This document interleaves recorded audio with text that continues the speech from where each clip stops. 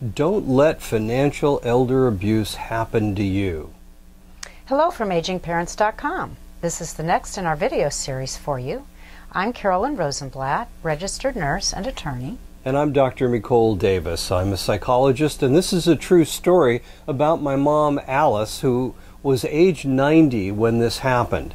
And it's so hard to believe, isn't it, Carolyn? Yeah, it's crazy. Here we are trying to help people get a heads up about preventing financial abuse, and then something abusive happens to his mom. It's amazing. Right underneath our own nose. Yeah, the situation came up when Mikol's mom decided to change financial advisors. The guy she was using had been giving her advice and talked to her about her investments about a year before we found out about this. He thought he had explained this particular thing he put her in, but I doubt that it was a clear explanation. In any case, he never told her that he wanted to take a large sum and put it into something she couldn't get to for 12 years. Does that make sense to you? 12 years. 12 years of not being able to take out your cash for a 90-year-old. Right. So we were upset. It didn't make sense to us at all, and we thought maybe we ought to do something about it. So what'd you do, Mikol? I called my mother's advisor on the phone, and I asked him about this and why he had done this, and he said, you know, she doesn't need the money.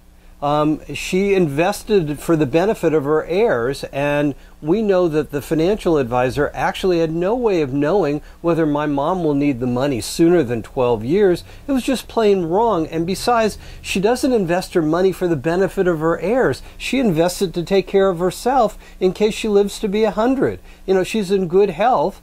You know, that's great, but, you know, she might need full-time care, and she might need that money, and so having that money tied up just was plain crazy.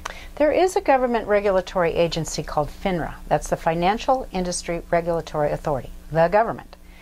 And you can report this kind of problem to FINRA. You do that online with the FINRA Investor Complaint Form. This is the link to it. You fill out the form online and submit it, or you could even print it out and mail it in.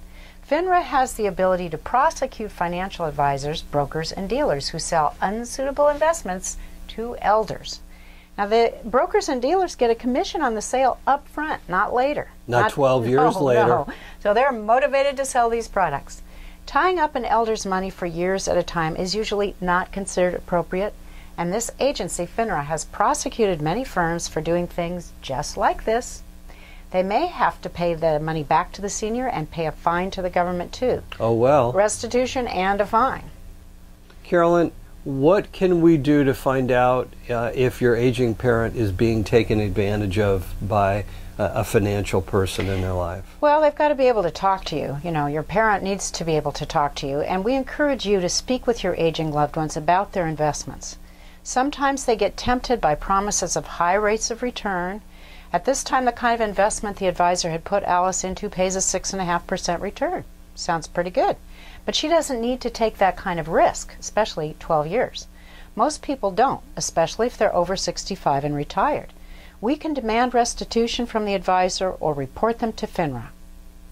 If you have difficulty talking with your aging loved ones about finances and you're worried, contact us at agingparents.com.